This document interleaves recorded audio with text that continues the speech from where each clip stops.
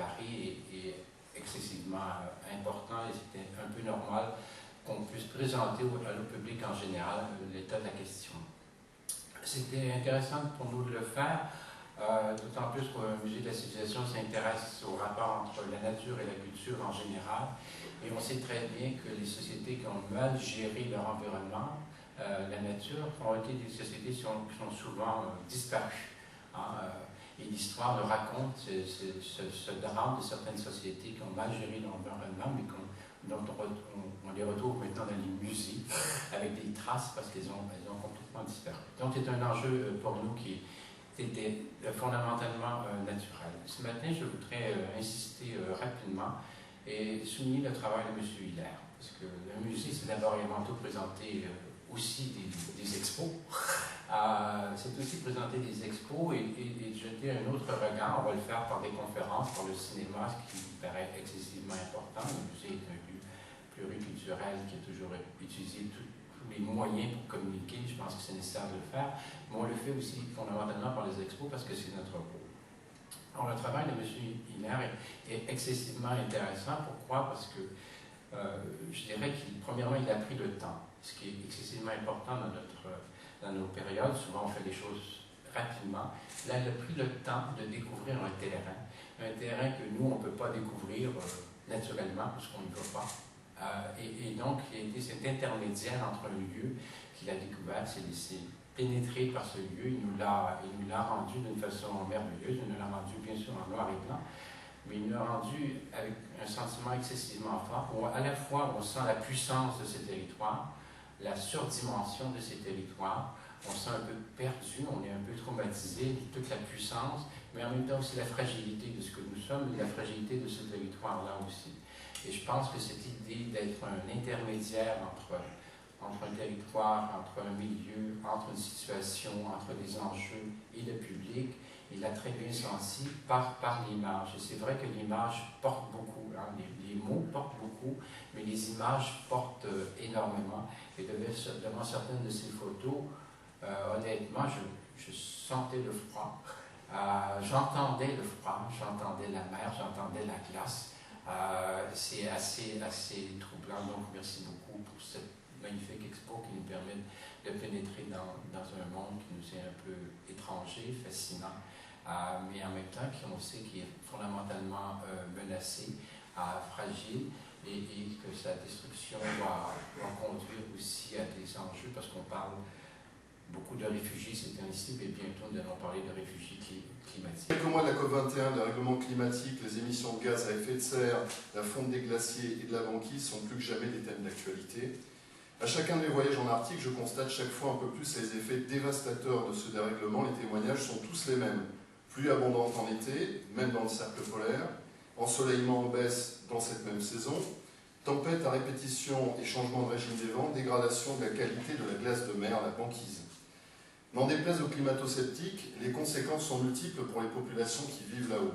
La chasse, mode de survie ancestral, il est de plus en plus difficile quand en plus le Groenland, par exemple, il y a déjà des quotas et des embargos sur les prises et sur les fourrures. Je me rappelle d'une mission avec Tara, mon premier voyage au Groenland en 2013, avant d'arriver d'ailleurs ici à Québec. Un commerçant installé à Ilulissat m'expliquait. Dans la baie d'Isco, il y a 20 ans, il y avait de la banquise de mer pendant 10 mois sur 12. 10 mois sur 12. Aujourd'hui, en moyenne, c'est 2 mois. Le glacier Jakobshavn, toujours en baie d'Isco, le plus grand glacier du Groenland, avance aujourd'hui de 40 mètres par jour. Il y a 20 ans, c'était 20 mètres. Les scientifiques avec lesquels j'ai le plaisir de travailler depuis 8 ans nous alertent, cherchent à comprendre, nous éclairent. L'Arctique est devenu une sentinelle du climat, car là-haut, tout va plus vite, dans le mauvais sens.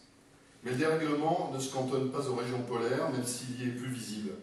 Demandez aux habitants de la Colombie-Britannique cette année, la sécheresse inhabituelle qui sévit là-bas.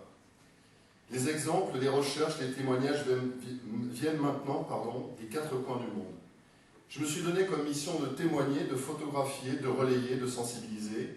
Les scientifiques cherchent et des fois trouvent, nous expliquent. Je transmets des émotions et essaie par là même d'éveiller des consciences nouvelles par la beauté de cette nature. Nous sommes très fragiles. On dit souvent que le génie humain est sans limite, dans le bien et le mal. Oui, on le voit tous les jours en ce moment. Un génie sans conscience, c'est comme un verre d'eau à moitié plein, je crois. Et le résultat, ce sont tous ces voyants qui en ce moment virent au rouge. L'homme est peut-être un génie, mais il a besoin de conscience. Si nous continuons tous, et nos enfants avec, aux tâches de notre génie, à avancer dans ce système où l'on gagne d'un côté tout en perdant de l'autre, où va-t-on arriver? On gagne des emplois, de l'énergie, du confort, et on perd de la pollution. On a des problèmes de santé en plus, et une nature qui, avec bientôt 9 milliards d'humains en 2050, ne sait plus où donner de la tête. Rangeons notre arrogance, laissons notre individualisme, notre égoïsme, nous respirons tous le même air. Région du monde où le changement climatique est le plus rapide. Donc TACUVIC a deux volets de recherche, un volet marin, un volet continental. Et je vais brièvement vous donner deux exemples de projets de recherche dans chacun de ces domaines. Donc dans le domaine marin, nous avons le projet Green Edge, qui est piloté par Marcel Babin, qui est le directeur de TACUVIC, et qui a pour objectif d'étudier les efflorescences de phytoplancton dans l'Arctique canadien. Alors c'est quoi les efflorescences de phytoplancton? C'est quand le plancton qui est dans l'océan se met à croître au printemps et en ce faisant, il absorbe une grande quantité du gaz carbonique CO2 atmosphérique, qui est un gaz à effet de serre. Donc en fait, on peut parler d'une pompe à carbone. Donc avec le changement climatique, cette pompe à carbone est perturbée. De quelle manière est-elle perturbée? Va-t-elle disparaître? Va-t-elle augmenter? On ne le sait pas. Donc je pense que c'est notre mission de tenter de répondre à cette question. Pour comprendre un peu et pouvoir pour comprendre les processus du changement climatique et prédire un peu son ampleur dans un avenir proche et plus lointain. Au niveau continental, le projet APT étudie le dégel du pergélisol. Donc le pergélisol, c'est très important au Canada, ça recouvre la moitié du territoire du Canada, et surtout le pergélisol à l'échelle mondiale contient un grand stock de carbone, 2 fois plus de carbone que dans l'atmosphère. Et ce carbone il est stocké depuis des millénaires sous forme gelée. Avec le dégel du pergélisol, ce carbone devient accessible à la minéralisation par les bactéries. Donc les bactéries mangent ce carbone et le respirent, émettant du CO2 et du méthane, qui sont les deux principaux gaz à effet de serre. Si tout le carbone du pergélisol était transformé en CO2 ou en CH4, la concentration en gaz à effet de serre de l'atmosphère serait multipliée par 3, avec des conséquences incalculables sur le climat. On ne veut surtout pas en arriver là.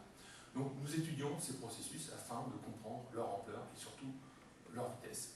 Voilà pour le volet scientifique. Nous avons aussi des volets éducatifs, en partie qui sont tournés vers les communautés inuites, pour essayer de partager avec eux notre compréhension des conséquences du réchauffement climatique et discuter avec eux de possibles stratégies d'adaptation et aussi tenter de les impliquer dans nos recherches. Voilà. Maintenant, comment fonctionne la recherche? La recherche a besoin de financement, donc la plupart de nos financements viennent de sources institutionnelles, et vous avez sans doute entendu parler du projet Apogée, qui rapporte en fait en financement de recherche 98 millions de dollars à l'Université Laval, et qui témoigne, s'il en est besoin, de l'excellence de la recherche arctique de l'Université Laval en particulier, et du Québec en général. Nous bénéficions aussi de soutien de mécènes, et par exemple la fondation BNP Paribas soutient une partie de nos recherches sur le pergélisol. Et finalement, pour ce qui est de notre programme d'éducation et de transfert de connaissances envers les communautés inuites, nous avons parfois recours au financement participatif, et en particulier actuellement nous avons un programme Éducarctique qui vise à sensibiliser les enfants des écoles de 2 villages du Nunavik, donc du nord du Québec, à Umiak et à Kujurapik, aux modifications actuelles de leur environnement, à contribuer à nos recherches et ainsi à être à même plus tard de contribuer aux décisions quant à l'évolution et aux adaptations face à ce changement climatique. Et d'ailleurs, si vous voulez vous impliquer dans l'évolution, l'adaptation des populations inuites au Nunavik, vous êtes libre de contribuer à ces programmes éducatifs. Voilà, voilà pour TACUVIC. Je vous remercie de votre attention. Je vais simplement signaler, enfin, et me réjouir de ces événements parce qu'ils incarnent, à mon sens, enfin, tout ce qui fait la proximité, la qualité de la coopération entre la France et le Québec. Sur le plan politique, le dialogue politique, les questions de la lutte contre les dérèglements climatiques sont au centre du dialogue au plus haut niveau, puisque chaque fois ils se sont rencontrés fréquemment dans un passé, au cours des deux dernières années, chaque fois que le Premier ministre du Québec et le Président de la République, ou bien notre Premier ministre se rencontrent, c'est vraiment un des sujets qui est en tout premier plan de l'agenda des sujets abordés, il y a une convergence. Il y a une convergence pour estimer que c'est évidemment un sujet très important et aussi pour rendre hommage et donner toute leur part au rôle que les entités subétatiques, que les régions, les provinces jouent, les grandes métropoles également, enfin, sur les territoires dans cette lutte sur le terrain pour maîtriser, pour développer une économie sobre en carbone et maîtriser le développement des gaz à effet de serre. La deuxième volet de cette coopération, M. Dominé vient d'en parler de manière très évocatrice, c'est la qualité de la coopération scientifique entre, je l'évoquais, entre le CNRS et l'Université Laval. Le troisième, c'est la qualité des partenariats que nous avons su établir entre grandes institutions muséales françaises et les musées, les grands musées au Québec, qui est le musée de la civilisation, tout premier plan parmi eux. Je voudrais remercier Michel Côté nous a dit tout à l'heure à quel point il avait vite adhéré et pourquoi il avait vite adhéré à ce projet. Sans lui et sans toute l'équipe du musée de la civilisation, on n'aurait pas pu le mener à bien. Et donc j'espère je suis convaincu qu'il aura, avec votre concours, qu'il sera relayé par les médias et que la formidable, très belle exposition, très poétique, vraiment le titre est très bien trouvé, La poésie des glaces de M. Hiner, que je remercie aussi pour être revenu, puisque la goélette Tara avait fait une escale quelques jours, il y a 1 an et demi à peu près, au printemps 2013, ici dans le port de Québec. Donc c'est là où on avait commencé à évoquer le projet d'exposition.